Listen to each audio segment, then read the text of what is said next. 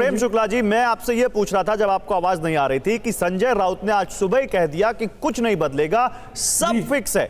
और देखिए ना पार्टी बदल रही है ना सीएम बदल रहा है।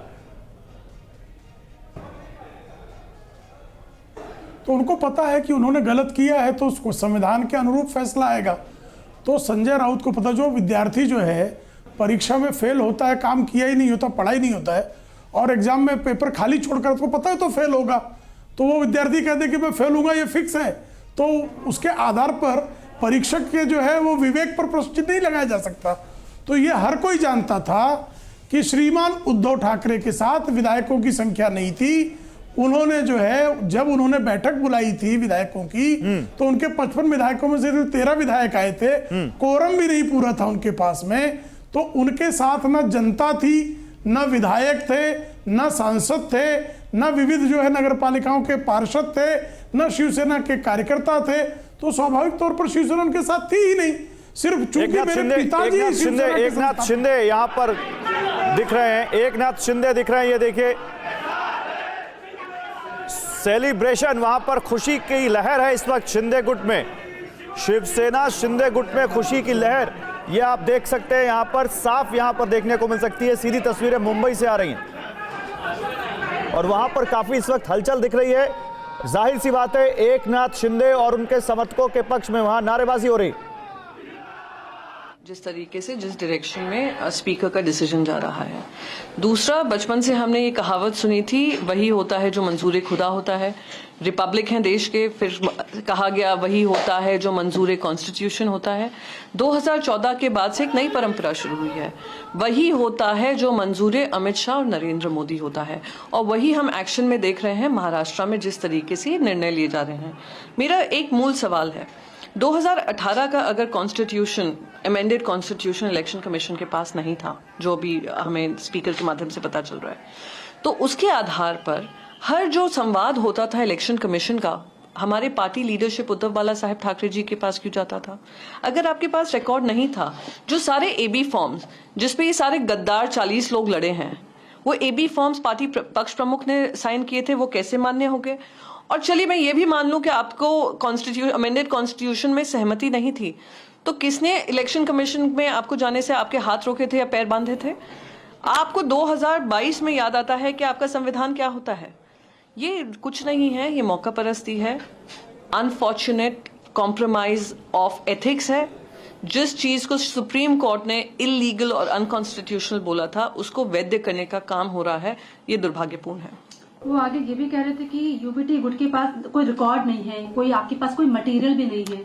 वही मैं कह रही हूँ, वो ये कह रहे हैं 2018 का कॉन्स्टिट्यूशन का रिकॉर्ड उनके पास नहीं है, अमेंडेड कॉन्स्टिट्यूशन का।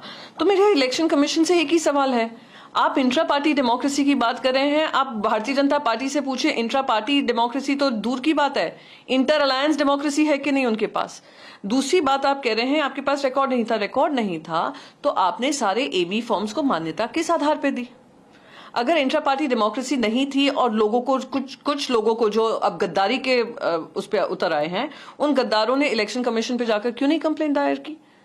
तो अब आकर कहना, तो ये कुछ सवाल, कुछ बेसिक सवाल जो होते हैं वो दिमाग में आते हैं। पर मैं फिर भी कहूंगी, ये निर्णय से जनता का जो मूड है, जो जनता देख रही है किस तरीके से नाइंसाफी हुई है, जिस तरीके से एक पार्टी को तोड़ा गया है, आप मान लो ये हो गया है कि आपके घर में चोरी होती है, आप पुलिस स्टेशन जाकर कहते हैं मेरे घर में चोरी हुई है, आप उनको ये बोल देते हैं, पुलिस ये कह देती है कि ये चोरी जो हुई है, जो चोरी का सामान है वो चोरों को बिलोंग करता है, जो ओरिजिनल ओनर है उसको नहीं।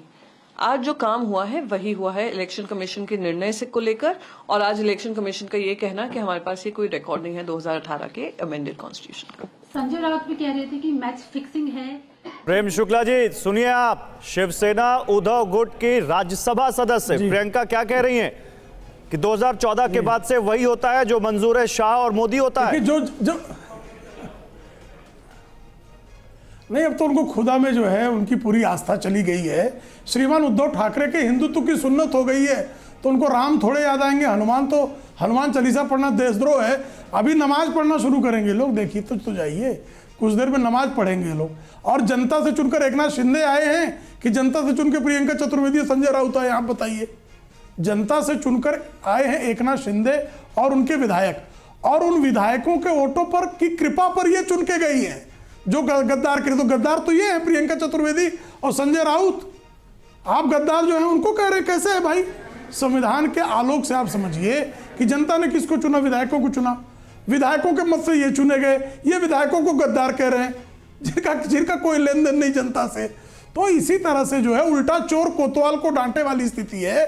इलेक्शन कमीशन का जो निर्णय है, कोई आज आया क्या?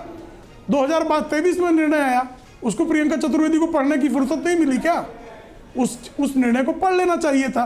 सुप्रीम कोर्ट का निर्णय जो है, जो आया था, उसका बिंदुवार उसी के आधार पर निर्णय आज विधानसभा के अध्यक्ष ने दिया है। अरे वो तो ये कह रही है जो 40 के 40 जो टूट कर गए उनके एबी फॉर्म पर साइन किसके हैं? यानी एबी फॉर्म यानी जो पार्टी के सिंबल का ऑथराइज्ड रिप्रेजेंटेटिव कौन है, उसका जो साइन है उस पर साइन किसके हैं? वो तो कह रही है कि 18 का अगर आपको कॉन्स्टिट्यूशन नहीं मिला तो ये एबी फॉर्म पे साइन इलेक्शन कमीशन तय करेगा। हाँ, तो इलेक्शन कमीशन तय करेगा ना। इलेक्शन कमीशन के खिलाफ आप सुप्रीम कोर्ट गए हैं, वहां तर्क रखिए। आप चोर कह रहे हैं इलेक्शन कमीशन को, ये कहने का अधिकार है? कोई सुप्रीम कोर्ट के जज को जो है इस तरह कह सकते, और विधानसभा अध्यक्ष जैसे संवैधानिक ऑफिस के बारे में इस तरह की अभद्र टिप्पणी करेंगी? ये वाह, तो हो गया फिर तो। संवैधानिक व्यवस्था में एक व्यक्ति के आधार पर कुछ उसके पालतू लोग जो हैं वो सारी संस्थाओं को गरियाएंगे। इलेक्शन कमीशन का डिटेल। अच्छा, ये जरा आप जो कह रहे हैं उस पर प्रियंका क्या कह रही है, सुन लेते हैं। प्रियंका को सुन लेते हैं, सुन लेते हैं। प्रेम शुक्ला जी, प्रियंका चतुर्वेदी को सुन लेते हैं। दाऊद से लेकर इकबाल मिर्ची से लेकर 70,000 करोड़ का घोटाला, उनके सबके साथ अपने आइडियोलॉजिकल कॉम्प्रोमाइज किया, और आकर हमें पाठ पढ़ा रहे हैं और सर्टिफिकेट दे रहे हैं। पर मैं फिर भी कहूंगी कि जनता का विश्वास हमारे साथ है। जनता की पॉपुलैरिटी रैंकिंग्स आप कहीं भी देख लीजिए, कोई भी आप पॉपुलैरिटी रैंकिंग्स देख लीजिए, पूछ लीजिए किसके साथ जनता है, वो सब आपको यही बताएंगे कि हमारा जो विश्वास है उद्धव बाला साहेब ठाकरे जी पे है। तो अब चूंकि आप लोगों को बड़ा झटका यहाँ पर लगा है, तो अब देखिए इन्होंने आपने गठबंधन पर भी सवाल उठा दिया, और कुछ लोग तो ये भी कह रहे हैं कि आज निराशा आपके गठबंधन के एक सहयोगी के खेमे में भी होगी। कुछ सपने सोचे थे उन्होंने, आज उस सपने के मुताबिक वो फैसला नहीं आया। देखो गौरव जी, प्रियंका जी नई आई है शिवसेना में। शरद पवार जो हैं दाऊद इब्राहिम के साथी हैं। यही बात बाला साहब ठाकरे कहते थे, यही उद्धव ठाकरे कहते थे।